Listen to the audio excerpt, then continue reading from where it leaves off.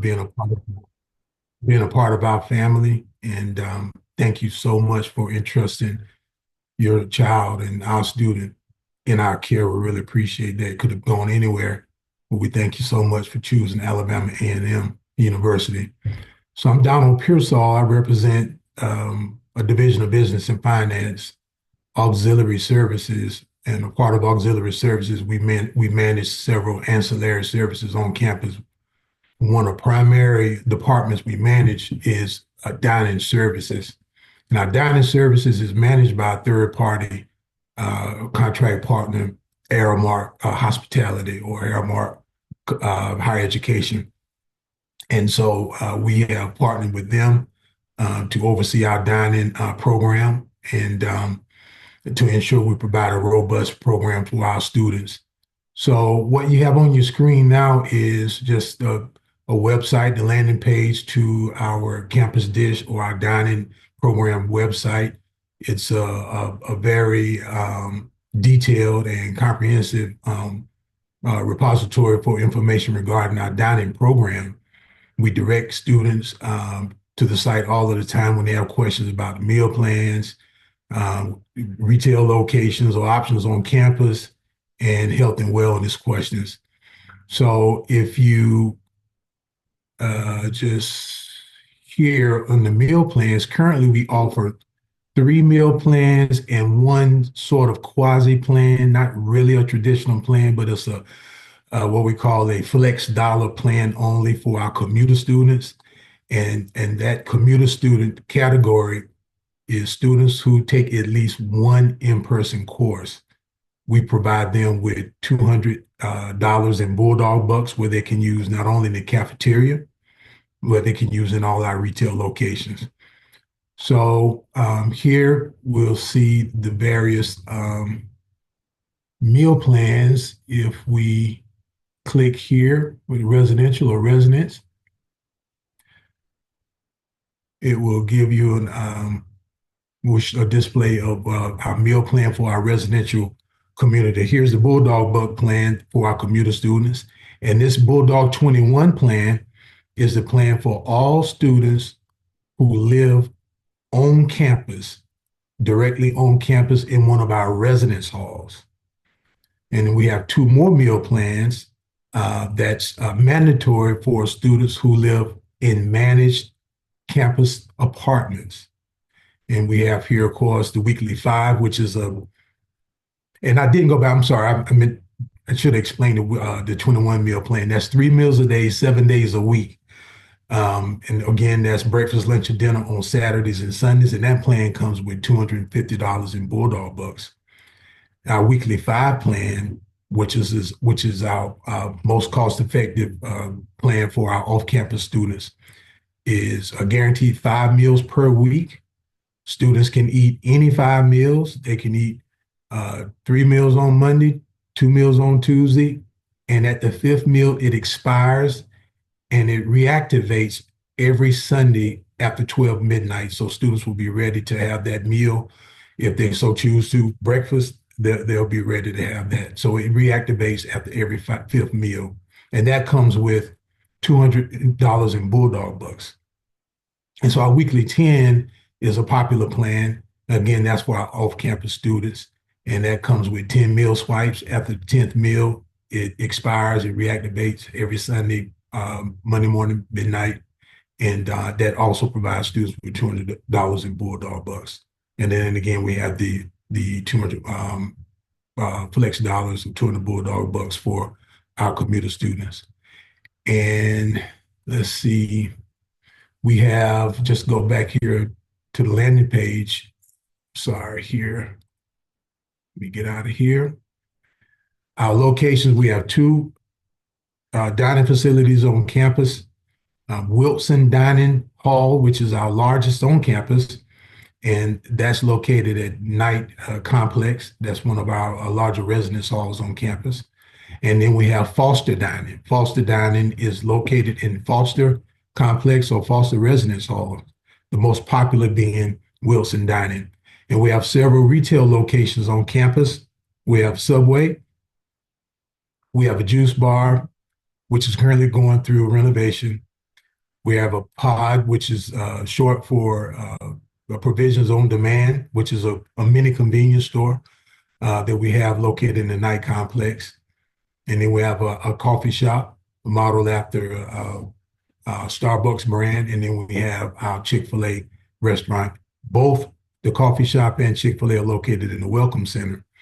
And so in 2027, we're bringing on board several other retail options for food service, a larger pod, and four more retail restaurants in our new student amenity center. And there's more information that forthcoming regarding that project. And just to go back here to our landing page. And again, there's a resource here for healthy eating habits on campus, avoiding away from home dining pitfalls, some resources that we point students to when they have questions or concerns. You have a site here where you can ask questions with the dietitian. Again, there's location and menus, and the podcast that's produced by Aramark National regarding food service, things concerning food service issues pertinent to campus life in colleges across the country. In each of our cafeteria, we've invested quite a bit of resources into our cafeteria, both in dining and foster. We have digital screening that lists caloric intake, ingredients, information about each meal and each meal item that's served for that particular meal period, whether it's breakfast, lunch, or dinner. So we pride ourselves in providing as much information as we can regarding the dietary intake of each of our students. And we also, again, we have information that's readily available for our students to access and to view in their leisure, and answer any questions they might have regarding food service. Any questions? And here's some information when we have changes in the schedule or what have you. We'll list it here on the website. And we also have Instagram site where we post as students quite frequently visit. So the information regarding meal plan, meal hours and cancellations and things like that, we broadcast that on our social media site. Any questions? If you have questions, feel free to put them in the chat for Mr. Pearsall. Okay. If there are no questions, that's it, ma'am. I'll be on standby if there any questions should come up later on. Well, I'll ask you a question, Mr. Pearsall. So you were Okay. talking about the weather schedule. So, as today we went to all virtual learning. So, is that just always posted on the website, or how do y'all make the determination about how you'll service students with food in these kinds of instances? We are a part of the CERTS, the Campus Emergency Response Team, and that's comprised of campus police and several other pertinent departments on campus where those conversations are held regarding inclement weather or any type of emergency that may arise. And we'll have a discussion around those events that may affect the meal hours. And so once we come up with a decision, we will make sure we'll post it on our website, we'll post it on social media, and we'll send a campus-wide email blast out to everyone, informing them of the meal plans, of the meal hour changes. So parents can kind of also be watching the social media and all these different outlets to inform their students should they need to do that. They can follow us on Facebook and on Instagram, and they visit this site as well. Okay. Thank you very much. Mr. Pearsall, I have a question. Yes, Thank you ma'am. for the information. Mhm. How do we refill the Bulldog Bucks for our students? How can we do that online? Right now, we ask all students to contact the One Card office, and that's located in 105 Patton Hall. And the One Card office will give them instructions on what to do.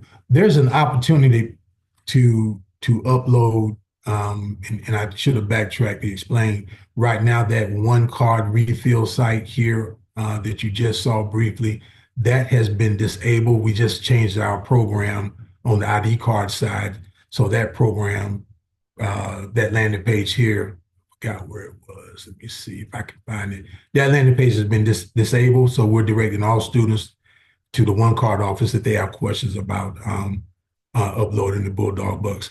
But we also send information out to each student on how to establish an e-account, and that e-account will allow them to manage their one card and everything associated with it. It'll let them know their Bulldog bucks balance. It'll let them know how much they spent, where they spent it, how much they have left, so on and so forth. And they can increase through cash or credit through our cashier office or directly online through the e-account. They can increase that Bulldog bucks balance there. So if your child has a question about how to do that, ask them to refer to their emails. Matter of fact, we just sent something out about that. And we usually do it periodically throughout the semester on how to increase those Bulldog bucks. But you can always reach out to me, and I'll make sure I leave my contact information in the chat line. Thank you. Yes, ma'am.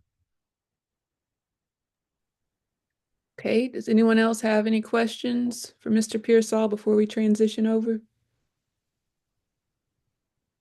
So I think that was it. Thank you, Mr. Pearsall. Oh, Ms. Welcome. Ms. Junius, do you have another question? Uh-oh.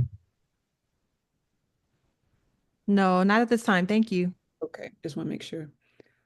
So at this point, we will transition over to Dr. O'Neill. She's from the registrar's office.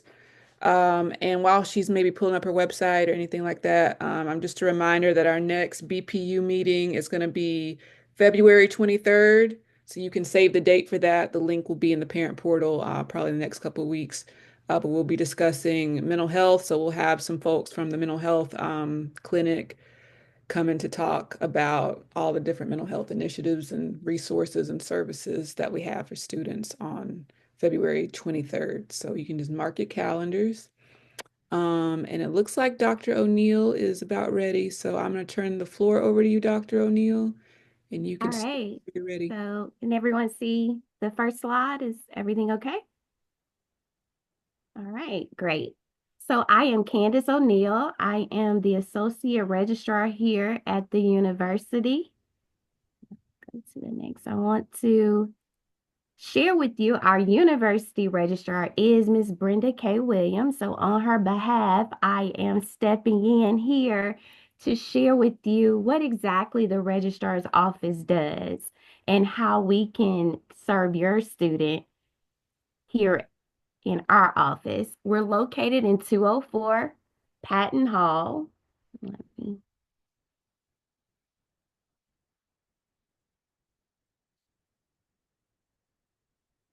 And we deal with everything from course registration. I want to be clear on that. And when it comes down to freshmen, although freshmen are registered with Freshman Academy, we are still overseers of the course registration.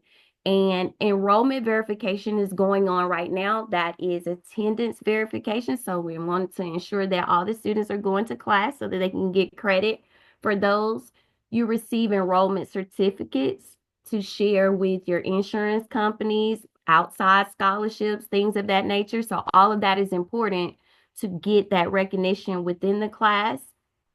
Transcripts, academic history, degree audits, grades, academic standing, all of that falls within our realm. So we work closely with students to kind of protect their privacy and educational rights. I'm going to share a little bit with you about FERPA, but we're here to guide parents, especially on our processes and timelines and any general questions. So feel free to jump in and ask me anything that's necessary for your student. Academic policies and procedures. We have the undergraduate bulletin that's located on the website. Everything from, like I just said, class attendance, degree requirements, grade standards, your academic expectations, your students' rights and responsibilities, all of that falls within our bulletin. So we want to ensure that we encourage all students to kind of familiarize themselves with their curriculum and their degree requirements. Look for those academic policies and also be cognizant of the important deadlines and the expectations.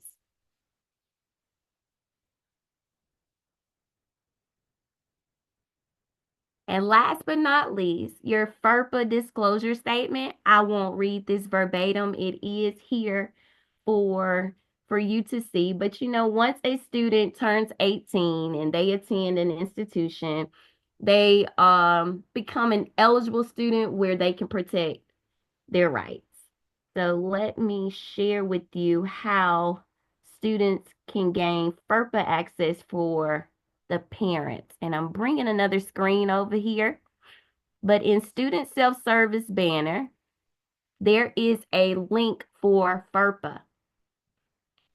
If they click on FERPA, it allows the student to choose what they will disclose and not disclose with their guardian. Okay, so you have the opportunity to choose accounting, admissions, registration, academic records, your directory information, and it gives you examples of those, and financial aid. You can enter up to 4 full names that they authorize to receive this designated information. They can choose a password, enter it. The thing about this is they can change it as many times as possible. We do not have a limit. If I give my mom access today, I can not give her access tomorrow.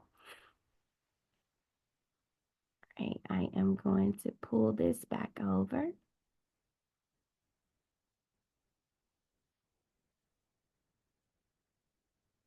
All right, and quote unquote, that is the FERPA. So once a student enrolls in college, they have this right that belongs to the student, not the parent, regardless of the age.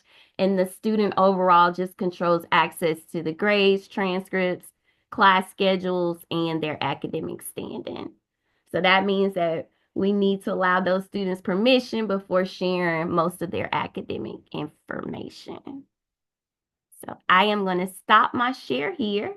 And if there's any questions, I can answer those accordingly.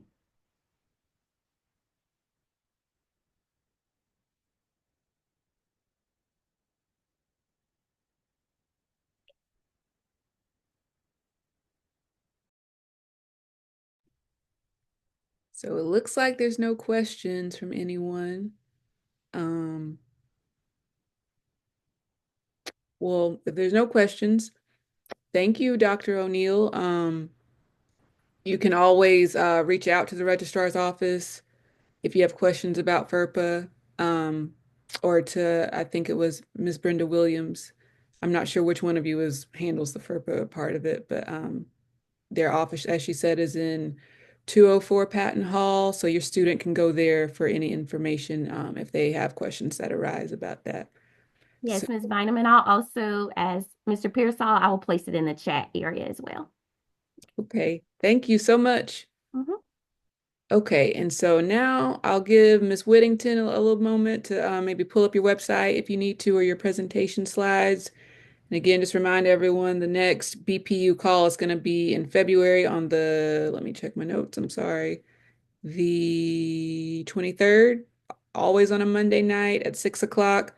So just be watching the parent portal. We also try to post on our social media when we can for reminders about that. So, and we'll be discussing mental health on campus. So it looks like Ms. Whittington is ready. So you can go ahead and start your presentation when you're ready.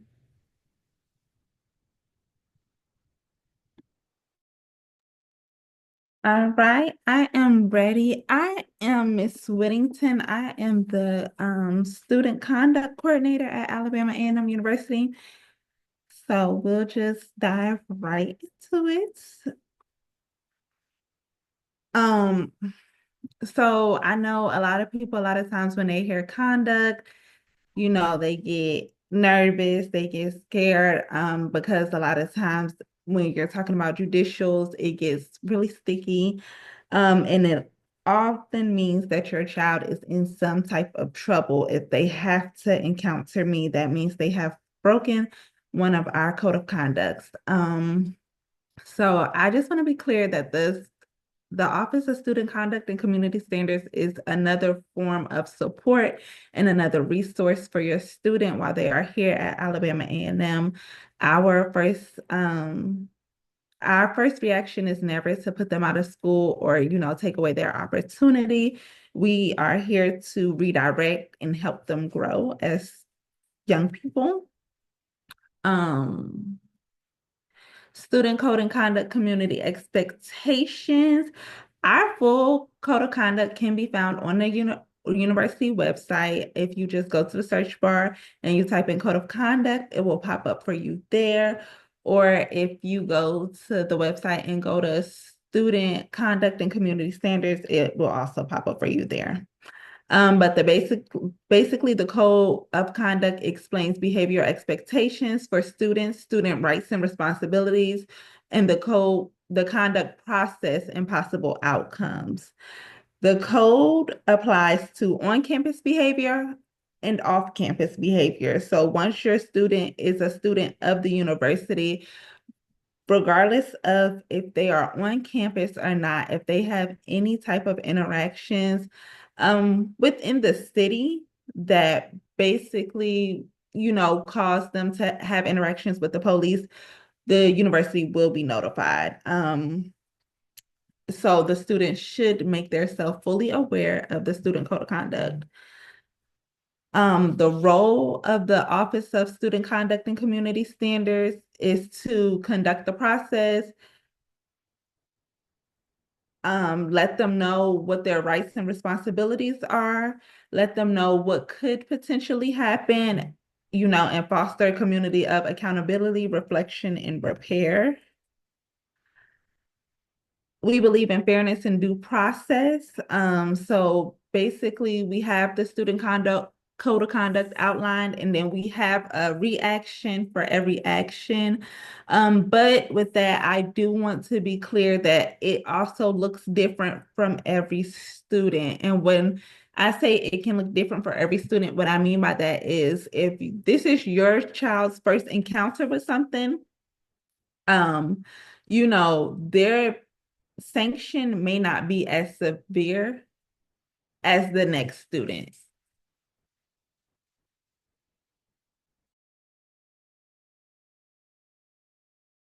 Give me 1 second.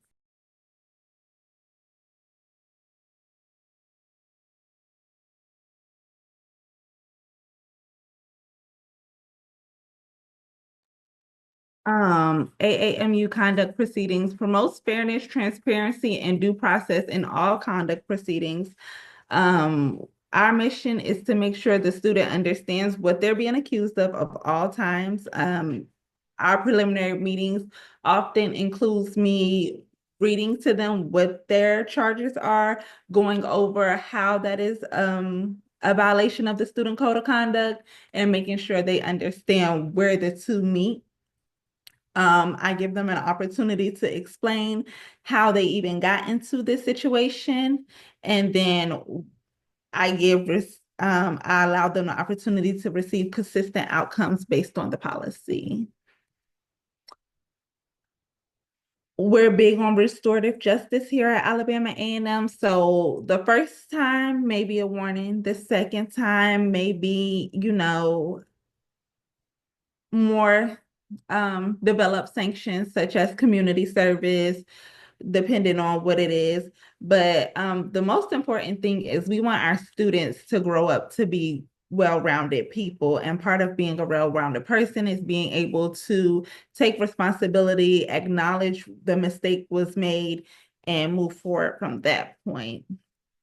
We collaborate with Department of Public Safety, Health and Counseling, Residential Life and Housing, Accommodations and Accessibility Service, and Student Leadership and Engagement.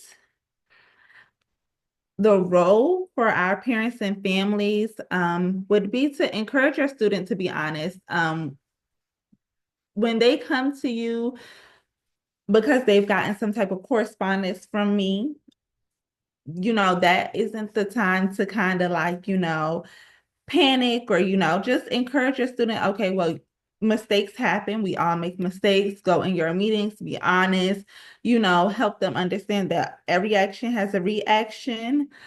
Allow allow them to take responsibility for their actions and support them in completing their assigned sanctions and educating themselves on the student code of conduct so that it doesn't continue to happen or it doesn't happen again. Dr. O'Neill, it wasn't on the site, but I do want to be clear that judicial student conduct is covered under FERPA as well.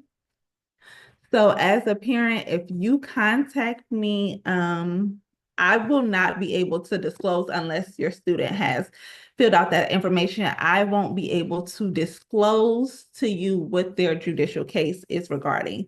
However, if your student has a preliminary meeting or they have a board hearing or anything of that sort, and they want you to be involved, they can share that Zoom link with you and you can be fully involved in that process. Um, Final tips and takeaways. Student conduct is about education, not punishment. We're here to promote responsibility, growth, community, well-being. Um, and just some final things, make sure you check your email. All correspondence from the Student Conduct Office will be via email. Something I try to stress to the students all the time is if it's not in writing, it basically does not exist. So if an agreement was made or anything like that, they should always ask for it to be in writing and know the code. That's the most important thing. A lot of times when students come see me for the first time, it's I didn't know or I wasn't aware. The information is on our website for them to take advantage of. This is my information. I will put it in the chat as well, but I'm located in Patton Hall, room 100. I am in the suite of student affairs. So you can stop by and see me if you have any questions. You can email me, call me. But if you have any questions now, I'll be more than happy to answer those.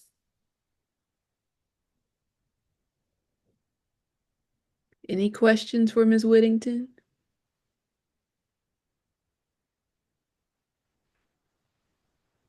Doesn't seem like it.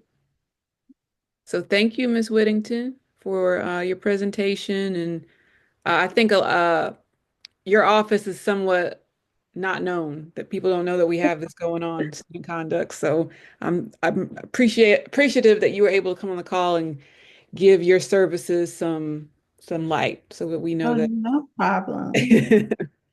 I also put in the chat, I forgot to tell everyone at the beginning that, we do have a Bulldog Parent University YouTube channel.